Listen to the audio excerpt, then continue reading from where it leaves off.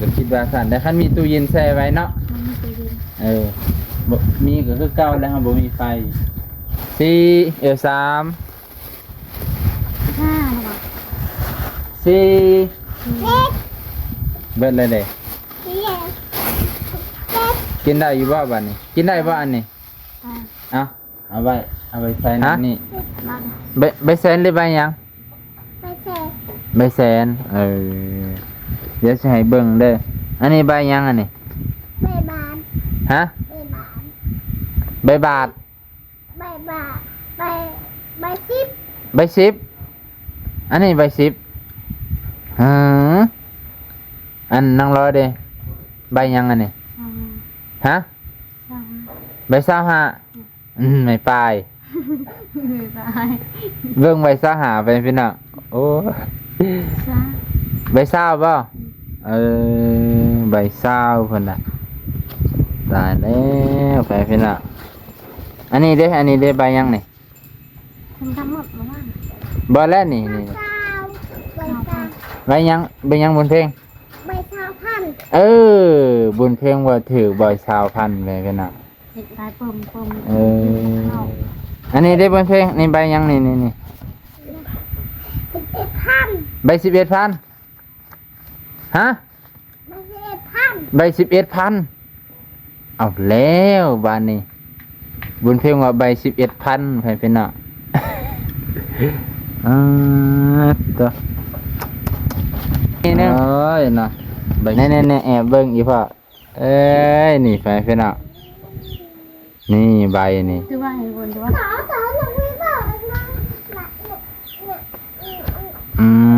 เพิ่นบ่อยากได้เพิ่นน่ะ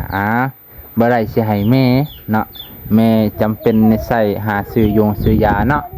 เอามือขึ้นไปซื้อยาเบิดขึ้นขอให้ลุงจรูนสุขภาพแข็งแรงอยู่ดีมีแห้งเจ็บอย่าได้ไข่อย่ามีอย่าเจ็บอย่าจนร่ำรวยเงินทอง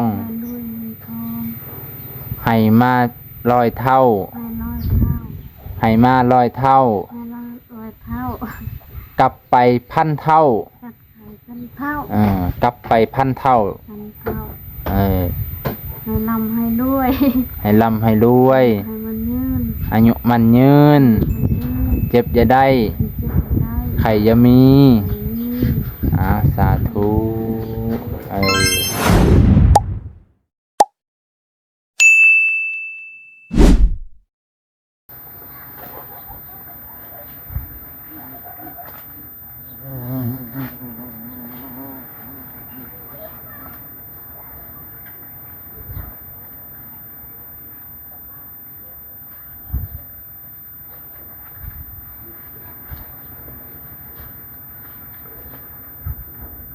สบายดีเด้อพ่อแม่พี่น้องลุงป้าเบิดสุขุสุคนที่เคารพเช่นเก่าเช่นเคยพี่น้องยินดีต้อนรับเข้าสู่ช่องเบานุ่งมื้อนี้ก็เลยเป็นสะพานบุญเบานุ่งมาเป็นสะพานบุญให้คุณพ่อเพิ่นที่อยู่ประเทศไทยพี่น้องซึ่งกับพ่อแม่พี่น้องน่าจะจำได้ว่าต้นนี้อยู่บ้านผู้ใดเนาะพี่น้องมื้อนี้ก็เลยมาเป็นสะพานบุญให้เพิ่นอันนี้ก็ขอบมกขอบใจขอบพระคุณพ่อคุณลุงเนาะที่ไว้ใจเชื่อมั่นในโตเบานงโดยตลอดพี่น้องจังได๋มื้อนี้เบานงก็สิเป็นสะพานบุญให้ดีที่สุดพี่น้องเป็นจังได๋กับพ่อแม่พี่น้องบ่ว่าจะเป็น FC ใหม่ FC เก่าพี่น้องก็ควรจะยินดีนำผู้เป็นสะพานบุญแล้วก็ยินดีนำผู้ถือไข่เนาะเฮาก็คือว่าแล้วพี่น้องหลายพอพันแม่ก็สิให้ถึกใจเบิดสุขุสุคนก็คงเป็นไปยากพี่น้องจังได๋ก็ขอโทษขออภัยนำพี่น้องที่บ่มักบ่ชอบบางคนก็ดิตนสงสารเพิ่นก็เห็นอกเห็นใจนะจังได๋ก็ขอขอบใจขอบพระคุณพี่น้องที่มาให้กำลังใจคือเก่านี่แหละพี่น้องในการคอมเมนต์ก็ให้พี่น้องคอมเมนต์อยู่ในขอบเขตของ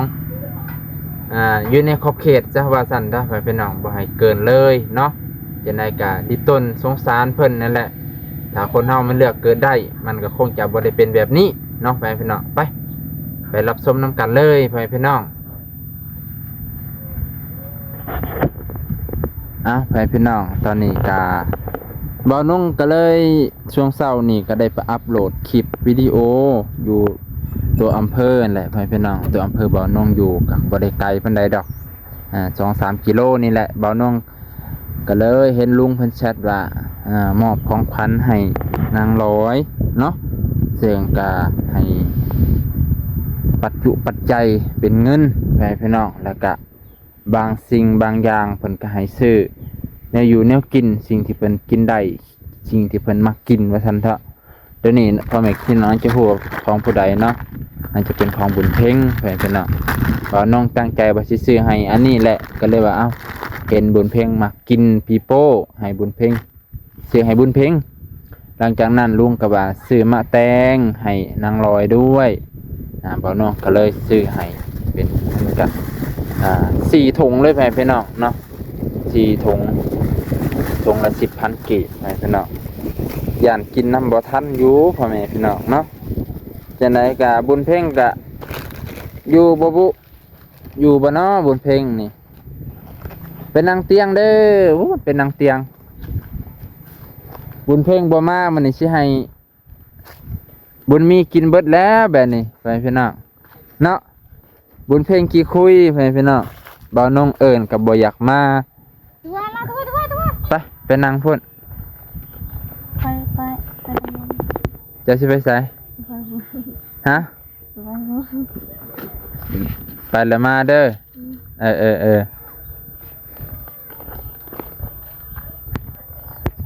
ไปพี่น้องเมื่อกี้บุญนางร้อยเพิ่นก็ไปพุ่นไปธุระหน่อยหนึงเนาะ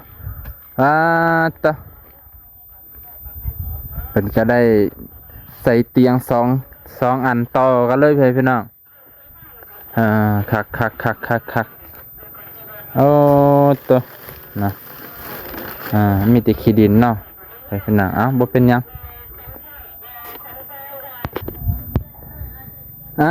จะมาแล้วพี่น้องบุญเพ็งมาเอาปิโป้น้ำบาวแน่นี่ซื้อปิโป้มาผากได้มานี่มาเอาปิโป้น้ำข่อยแน่ข่อยซื้อปิโป้มาผากได้จะลืมข่อยแล้วบ่ฮะโอเคพ่อแม่พี่น้องน้องบุญเพ็งก็ได้น้องร้อยกับลูกบุญเพ็งเพิ่นก็ได้มาแล้วเนาะ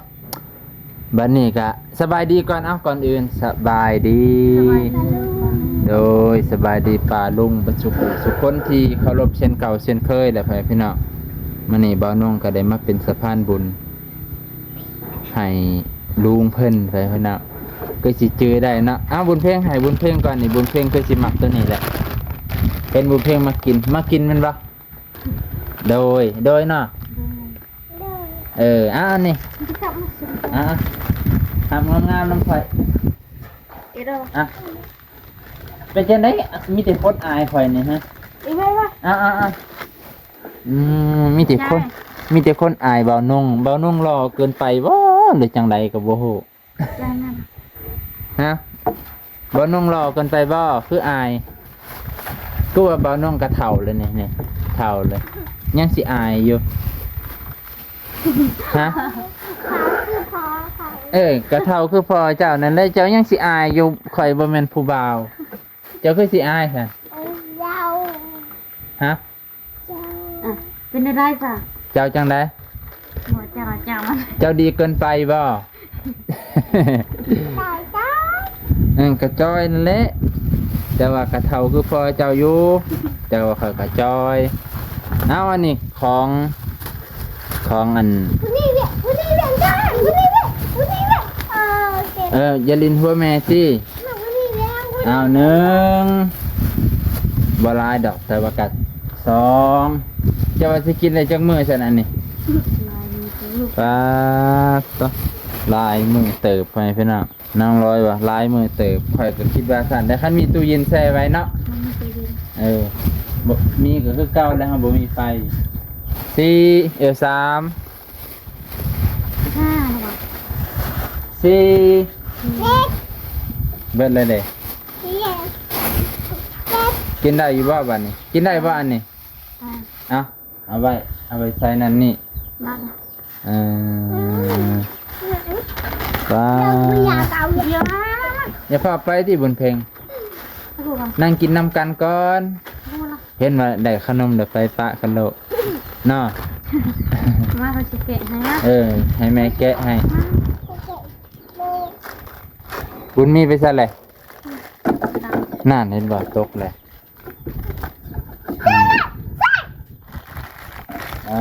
แต่มาแตงนี่กินน่ะบ่ผิดกรรมบ่ บอก ดีท้องเนาะ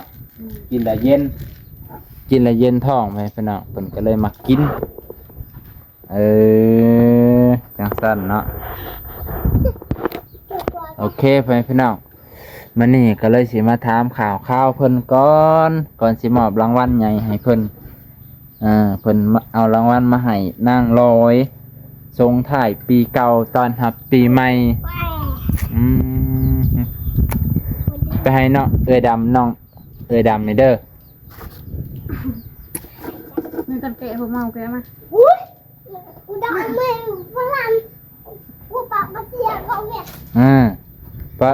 ปะเสี่ยวเก่าเด้บ่แม่นเสี่ยวบ่บุญเพ่งไปเลยให้พี่นางมันดีใจได้กินปีโป้ของแซ่บของเพิ่นเป็นไปให้อันเอ้ยดำพี่ดำเนาะเป็นจังได๋ว่านนี่คือเขาหาเบิดมื้อจะไปใช้เมื่อวานนี่ วันหนึ่ง เป็นไดคือไปพุ่นเป็นเล่นบ่บ่ม่วนอยู่ที่เฮือนเนาะ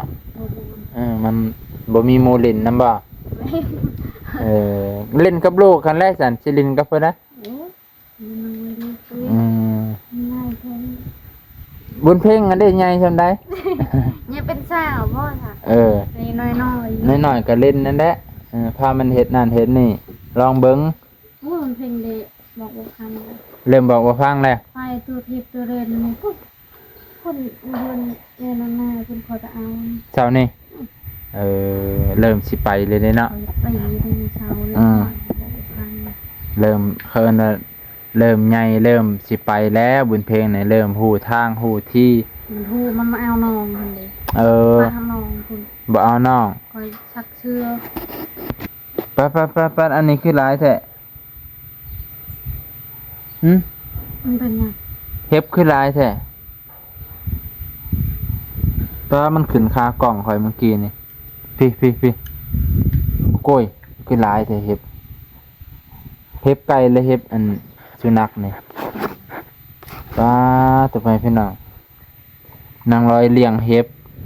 โอ้แบบนี้อันตรายเด้อมันเข้าหูลูกจะได้ใช่ไก่มันนอนใช่ นี่เชื่อบอกว่านี่เขาเรียกมา บ่ไอเวียงง่าบ่ว่านี่ แม่ พอกันอยู่บ่ เอากัน พอกันอยู่ คอยเห็นมาสามารถกลับมา เห็นข่อยบ่กลับมาเนาะ เพื่อนเจ้า ข่อยขี่รถมาหอบหนึงเลยน้องดำเห็นข่อยอยู่ อันทำเล่นอันทำยืมเงินมันเราบนมา ข่อยมาแต่เช้าเขาว่าสิข่อยเห็นเขารวมแล้วข่อยก็ว่าสิมาแต่เช้าแหละแต่ข่อยสิเลยไปหาพ่อน้องวานนี่ มีปัญหาพรมาไล่ แล้วกลับไปหาเอ้ยแดงเลยเอ้ยพรบ่ได้ไปหาเอ้ยพรหลายใจโพด เป็นยัง ครัวแต่ลูกแล้วเอ้ยพรสมิงหั่นโอ้มอยู่เบิดมื้ออยู่ บ่ได้ไปทำนาหรอก แม่นนั่นแหละผู้ใดสิอยู่เฮือน เพื่อนจะยืม โซโลก็เลยบ่ให้เอ้ยพรไปนํน้องพรไปนํ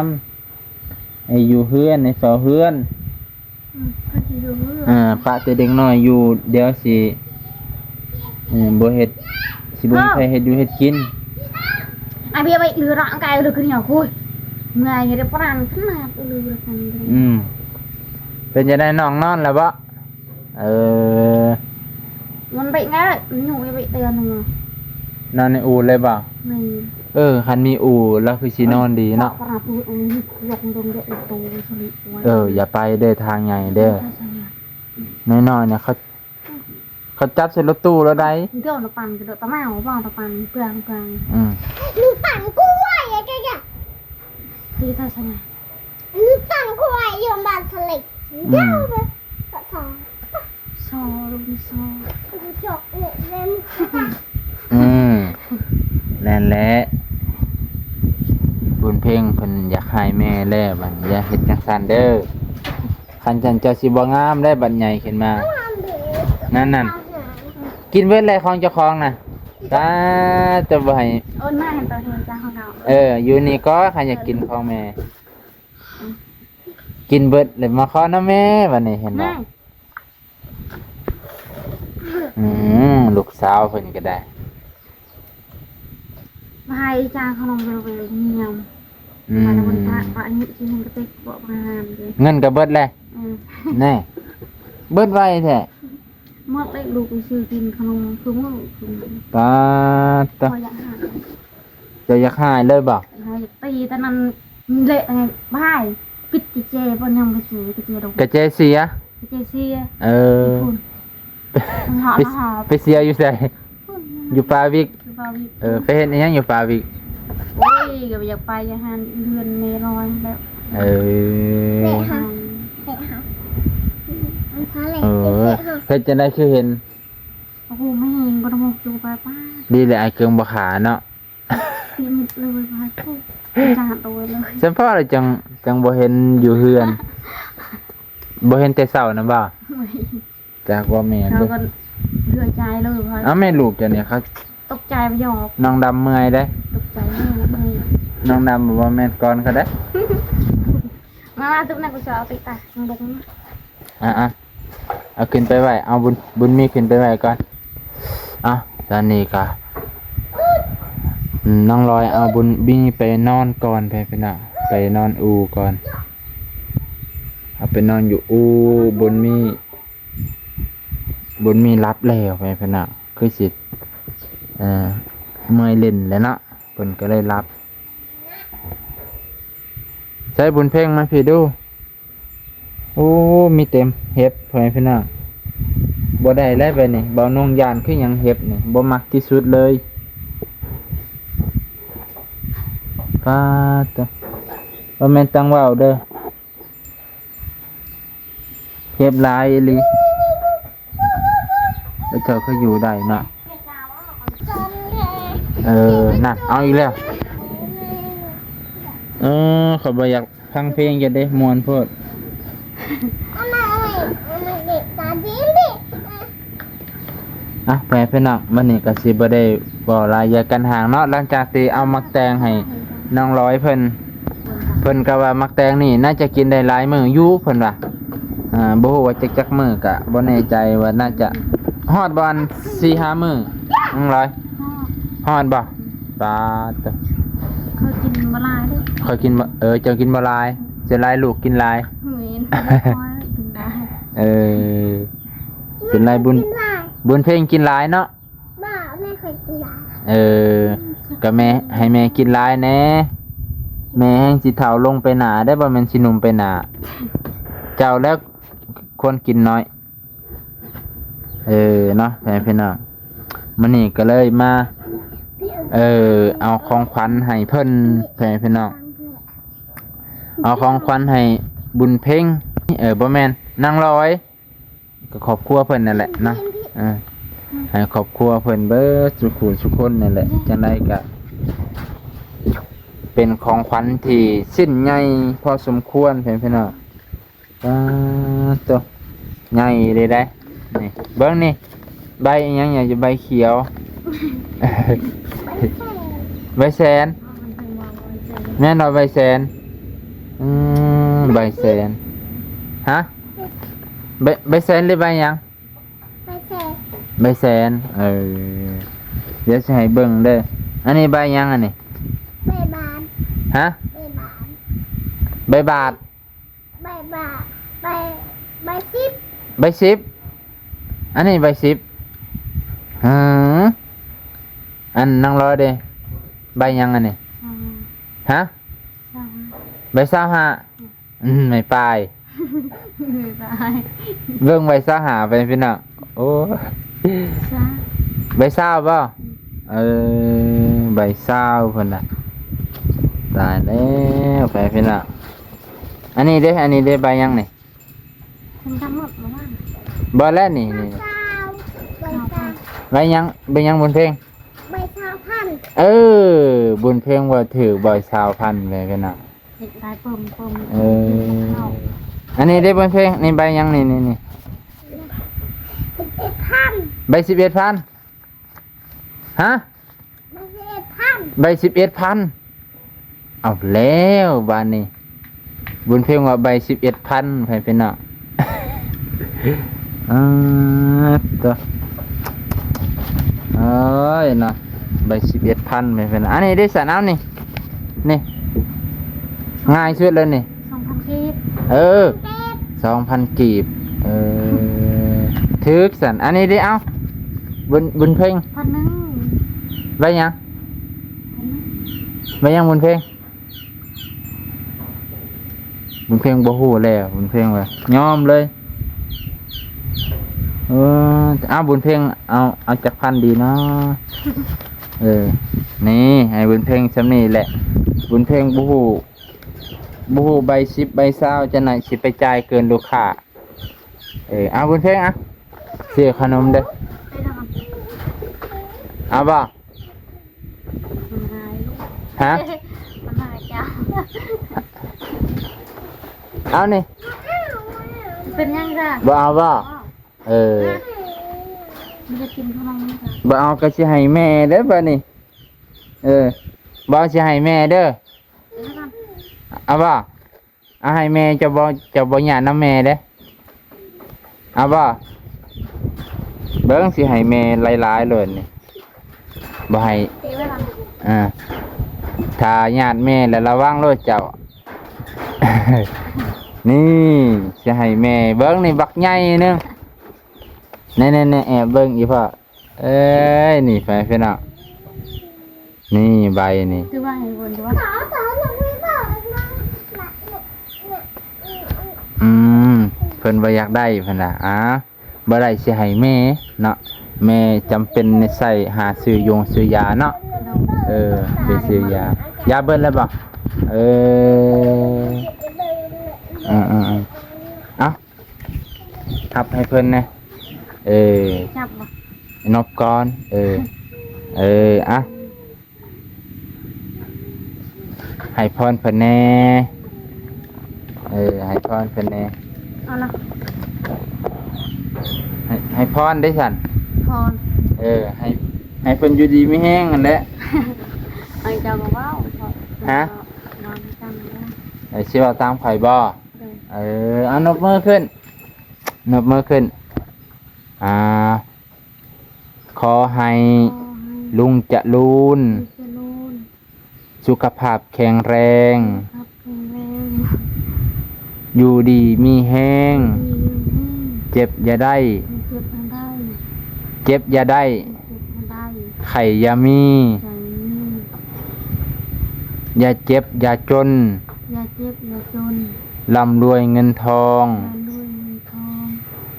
ให้มาร้อยเท่า ให้น้อยเท่า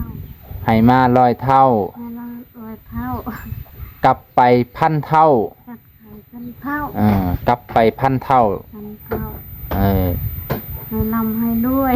ให้ร่ำให้รวย ให้มันยืน อายุมันยืน เจ็บอย่าได้ เจ็บมันได้ ไข่อย่ามี ให้ยืน สาธุขอบมกขอบใจขอบพระคุณหลายๆเด้อลุงคูณลุงจะรูนเนาะ ลืมตลอดลุงจะรูนชื่อคล้ายๆกันสองลุงเป็นก็ให้ลุงจะรูนปีเก่าจะผ่านไปปีใหม่จะมาถึง ขอให้สุขภาพแข็งแรง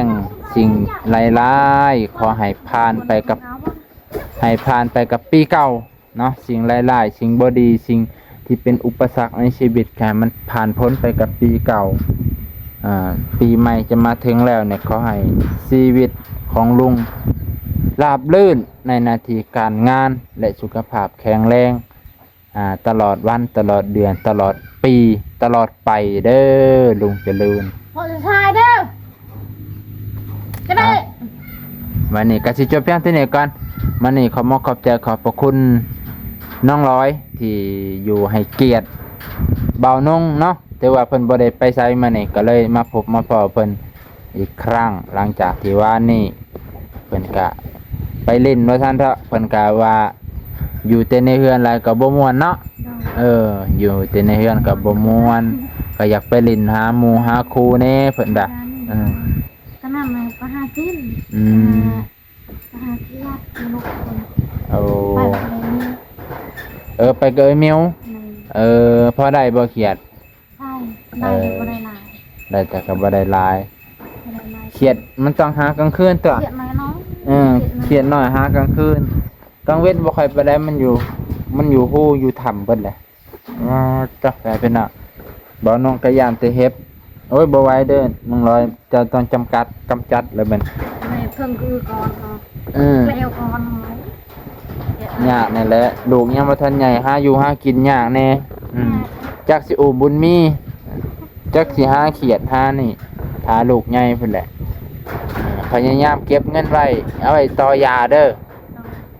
เอาไว้ต่อยาบ่ได้แพงดอกยาน่ะมันสิแพงหยันไปเอานั่นแหละแต่ขี่รถโดยสารขี่รถโดยสารไปมันหลายต่อแล้วมันสิเสียหลายเฮาก็ต้องเสียค่าอยู่ค่ากินแน่พอรีวิวคือซิโนเลย ไกล ทำมันสวรรค์ เซโนบ่ได้ไกลได้ไกลเด้เพราะว่าขณะขี่รถจักรว่าไวเลยยังไกลมันเมิดเยอะว่าคนทุกคนมันหมด คันขี่รถมอไซค์นี่แสนกีบนี่ถือว่าฮอดอยู่ไปกลับได้สบายถ้ารถใหญ่บ่ได้จังหวะแหละแถวในเมืองเฮานี่ย่านบ่มีแหละเขาก็อยากให้เอาในโรงหมอที่เขาไปรักษานะเขาจังสิจัดถึกเขาไปเอาสถิบอยู่ในจัดบ่ถึกเอาอีกแล้วผิดเขาอีกมื้อนี้สำนี้ก่อนแม่พี่น้องขอขอบใจขอบพระคุณสบายดีก่อนสบายดี